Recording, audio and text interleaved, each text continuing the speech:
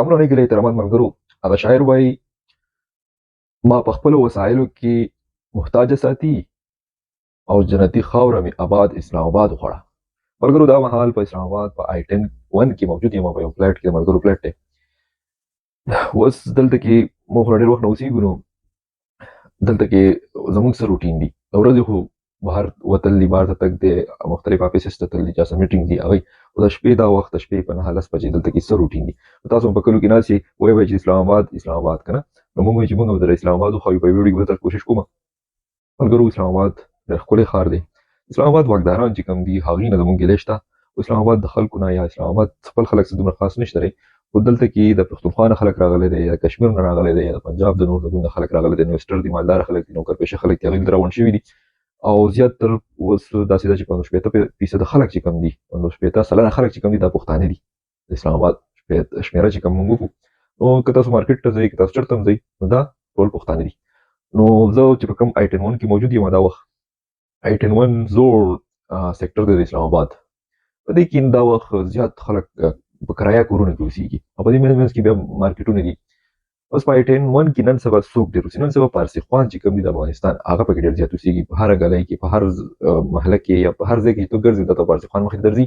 نو په آی 10 کې نن سبا ټول افغانان دي. افغانان بیا پښتانه پکې لږ کم دي په کرایه کورونو کې، خو پارسي خوان سیوا دي. نور هم مختلف خلک پکې شته دی، د کشمیریان پکې شته، پښتانه پکې شته، پنجابیان پکې شته دی، خو اکثریت موږ ته ښکاري چې پارسي خوان دي. ملګرو زه دا وخت خپل فلیټ نه پاسوم، مارکیټ ته ځم، ډوډۍ له ځم. تاسو ته ښیم چې دا څنګه ښکاري. نو هسې د څه خاص څه شوق مې نه و، خو یو خو مې دا مایک اخیستی دی، ما چې دا مایک لږ ټېسټ کړم، او هسې بس شوخي ده که نه، نو شوخي کول دي. نو ما چې تاسو سره په ویډیو کې ده هسې زه مننه.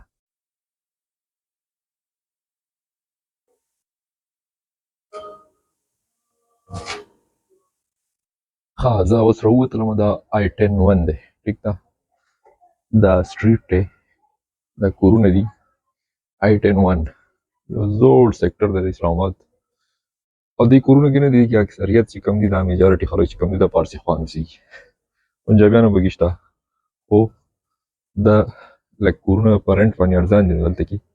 لږ داسې بېوسه خلک چې هغوی هڅه کوي چې هغوی دلته کې راشي. دا اوس د لرګو یو پړوی دي، پخوانی غوندې.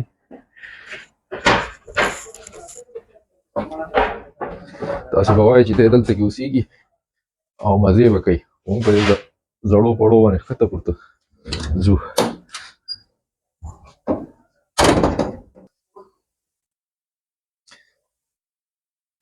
دا پکې یو نری ګلی، یو نری کلو کې هغه لاره غوندې نه وي، په کورونو کې چې لاره وي که نه، لکه محله غوندې په هغې کې چې نری غوندې لاره تلي تنګه تروشه، داسې زموږ په دې سیکټر کې د آی 10 کې داسې یو لاره وتې ده مارکیټ ته نیغه، یو بایپاس غوندې، یو شارټ کټ غوندې دی. او دا د هغه وخت چې کوم نقشه ډیزاین شوې وه، نو دا پکې د دې پیدل ولس دپاره چې څوک په خپو باندې ځي، واک کوي، د هغوی د اسانتیا دپاره دا لار ډیزاین شوې ده پکې. نو داسې مونږ ته فیل کېږي چې په کلي کې زه روان یم دا وخت، او لکه کلي کې سړی راوځي که نه، هماغه شان مونږ ته فیل کېږي. نو دا مختلف ګلی دي، لارې دي.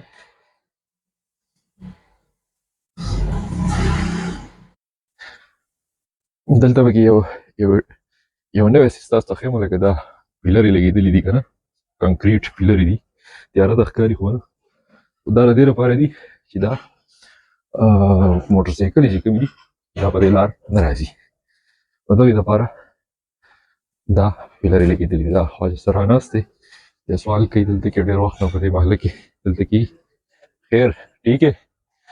نو دغه مخامخ د آی 10 مارکیټ دی، او موږ چې څنګه پېښور کې حیدرآباد دی، همدغسې سیم ټو سیم همدا د اسلام آباد سیکټر دي.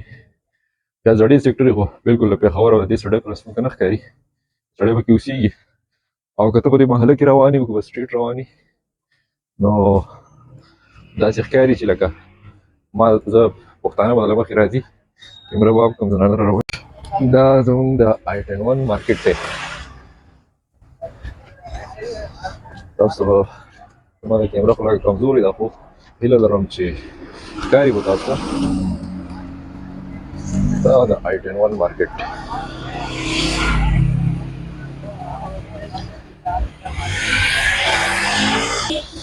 دا I-10 هر سیکټر کې اسلام آباد کې د هغې یو مرکز مطلب دا چې غټ مارکیټ وي. نو غټ مارکیټ ته دې سیکټر چې کوم دی دا یو زیات یو 400 میټر اخوا غټ مرکز دی او دا وړوکی مرکز دی. نو په دې کې هم لکه د ضرورت چې څه څیزونه یو پکې ملاویږي. په دې کې لکه سټور شته دی که نه، لکه کریاني دوکانونه پکې شته دی، میډیسن پکې شته دی، ټیلر پکې شته، دوبي پکې شته، ریسټورنټ پکې وړې کوټه کیفې پکې شته، او سټریټ فوډس پکې هم ملاویږي، سوپ پکې ملاویږي، چپس ملاویږي، نور ټول څیزونه دلته کې ملاویږي.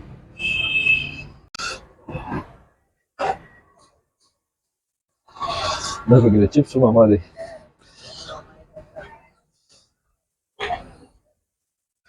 دا پکې برګرې خرڅوي، دا پکې سبزي ده، او دغه مخامخ کوټه بلوچستان کیفې دی، د کوټه والا ملګري دي، هغوی دې کې لکه ورځو زه دلته ډوډۍ اکثر دلته خورم.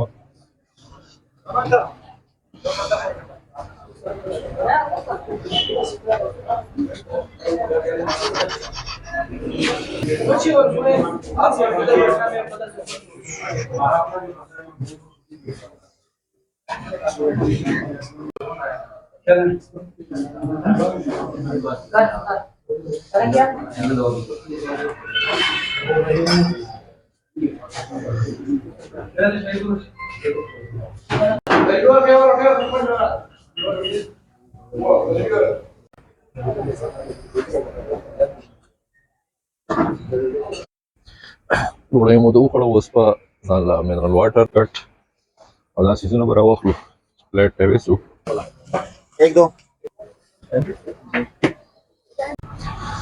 ډوډۍ مې وخوړه او اوس واپس خپل روم ته روان شو، ځکه چې ډېره زیاته یخني ده او هیټر ته به کښېنو او بېرته همدغه ده خپلې د علاقې چې کومه زمونږ دا محله ده د هغې هغه کوڅه ده، نو هغې ته به ور وخېږو او ځو به دا افغانان ناست دي ځان له خپلې ګپې شپې لګوي. دې ځای کې دا د افغانانو کور دی، نو دا ګړې بېزې ورته وساتي.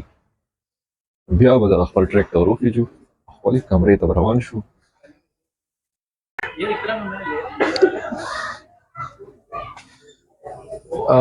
دا وخت په کلي کې خلک به ټول ودی، ځکه چې 9 بجې دي او دلته کې یو داسې ډفرنس شته دی چې دلته کې دې کوڅه کې ته په شپې په 1 بجه روانې نو هم به تعالی خلک مخې له راځي، ځکه چې دې ښار دی که نه، سټي ده. په دې کورونو کې عجیبه مختلف خلک اوسېږي. بعضې خلک د ورځې ودی شپې یخي، بعضې د ورځې کارونه کوي او راشي بیا وختي وده شي، بعضې هلکانې هغوی بس ټوله شپه ورته پبجي او ګیمز او ټیک ټاکې کوي او د شپې بیا ګرځي. او دا کوڅه چې کوي دا آباد دی.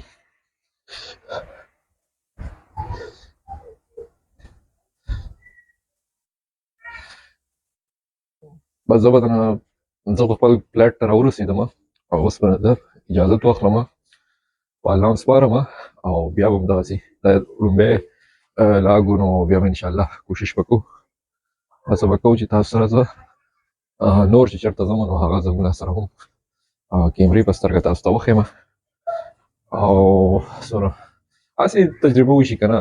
دلته کې زه کلي کې ناست یم او ما ته پته نه لګي ملګری اسلام آباد کې، موږ وایو جرب اسلام آباد کې څه کوي که نه، او موږ په ذهن کې خپل یو ریډار کې مختلف خاکې جوړې کړي، راشه پریکټیکل ته وښیه چې موږ دا کوو، همداسې اوسېږو، داسې ستوګنه ده، همداسې کلي کې اوسېږي، همداسې دلته کې دا ژوند دی.